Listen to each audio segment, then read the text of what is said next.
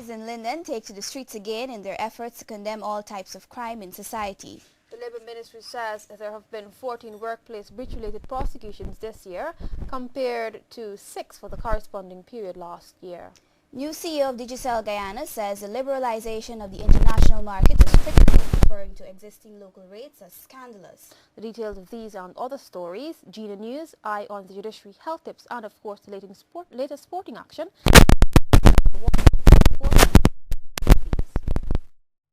Good evening, I am Janelle Prasad. And I'm Delicia Fletcher. For this edition of the 6 o'clock news for today, Thursday, September 18, 2008. Delicia? Thank you, Janelle. Nurses in Linden took to the streets again today in their efforts to condemn all types of crime in society and to also gather the community's support for their recent decision to take strike action. NCN's Linden reporter Ruben Stobie has more in this report. Justice! We want justice! No! We want justice! We want justice! We want justice! The march started at the Linden Hospital Complex, Mackenzie, and ended in front of the Linden Georgetown Bus Park. The nurses were joined by other staff of the Linden Hospital Complex in support of the call for sexual assaults against women to cease. They also used the opportunity to call for better working conditions and for the community to understand and support their decision for industrial action.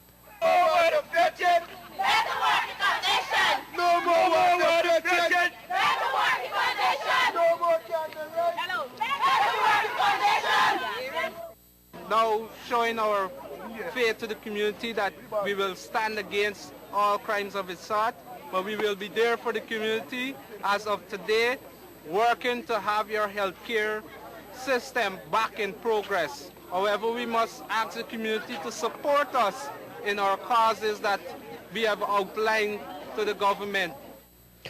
The healthcare providers also commended the police and the public-spirited citizens in helping to apprehend the persons wanted in connection with the rape and robbery committed at the Wismar Hospital Thursday last. The nurses yesterday signed the terms of resumption, and in keeping with their side of the bargain, some nurses would return to work this evening, while the full complement would be realized on Thursday evening, provided they are satisfied with efforts to improve their working conditions and concerns. Reporting from Linden for the NCN 6 o'clock news, I'm Ruben Stobie. The Ministry of Labour, through its Occupational Safety and Health Unit, has scaled up its inspection campaign to achieve better workplace practices and to ensure that workers fully benefit from the labour laws. The Labour Ministry had set a target of 4,000 inspections for this year and is currently conducting about 70 weekly. Labour Minister Manzoor Nadir is quoted as saying that the Ministry is trying to use the carrot approach, but repetitive breaches will result in prosecution. He revealed that there have been 14 prosecutions this year as compared to 6 for the corresponding period last year. The new CEO of Digicel Guyana says the liberalization of the international market is critical, referring to existing local rates as scandalous. Guyanese-born Gregory Dean says he hopes that the negotiations speedily progress with its competitor GT&T along with the government, adding that the push will persist in this regard. More from Akila Jacobs. Speaking to the media today, the new CEO of Digicel Guyana, Gregory Dean, says this is a major challenge to its growing clientele. Referring to current status with its competitor over breaking international monopoly, the CEO says this is not a battle between the two cellular companies, but rather an unresolved national issue. I mean, we are aware that the government at the same time has tendered for a consultant, a consultant to come in and, I suppose, deal with the whole telecommunications reform in Guyana. The closing date for that was September 9th. Now, in terms of when our expectation is that person will be in place early October. I mean, once we know, we're aware of who's in place and what the scope for the work they will be doing, then we'll probably know a bit more in terms of, what else is happening with the liberalization overall. Dean believes that Guyanese should benefit from competitive rates internationally as other Caribbean countries have.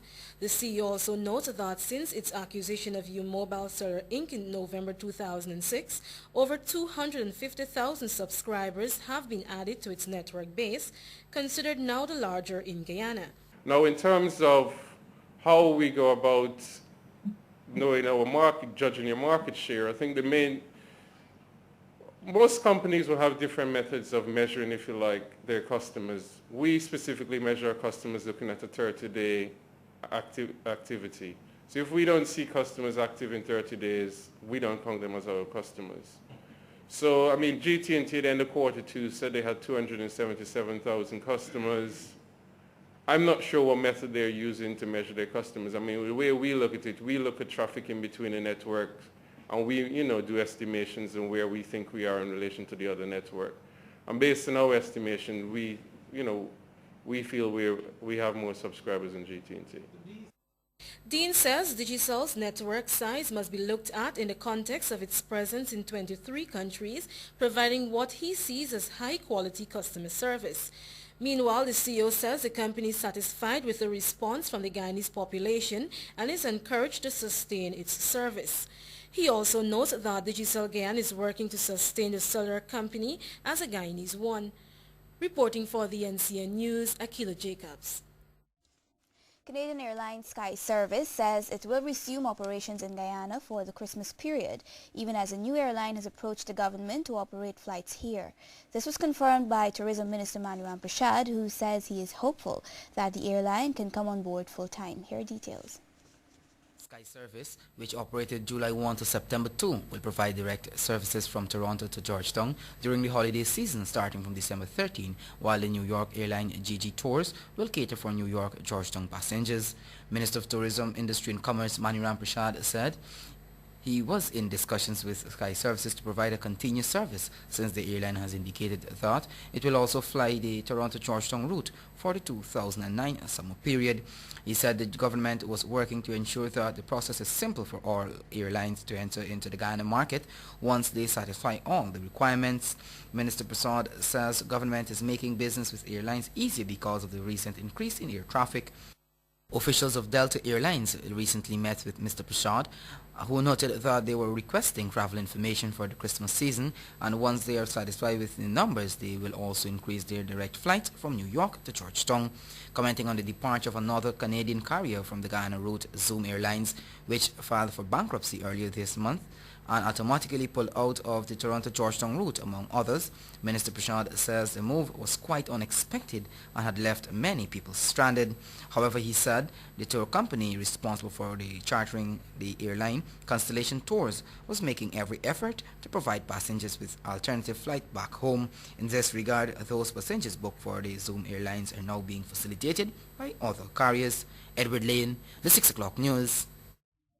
Minister Mani Ramprasad has confirmed that passengers who are booked to travel on Zoom Airlines are being flown to their various destinations on other air carriers. The tourism minister says Constellation Tours, the responsible agent, cannot be blamed for Zoom's filing for bankruptcy.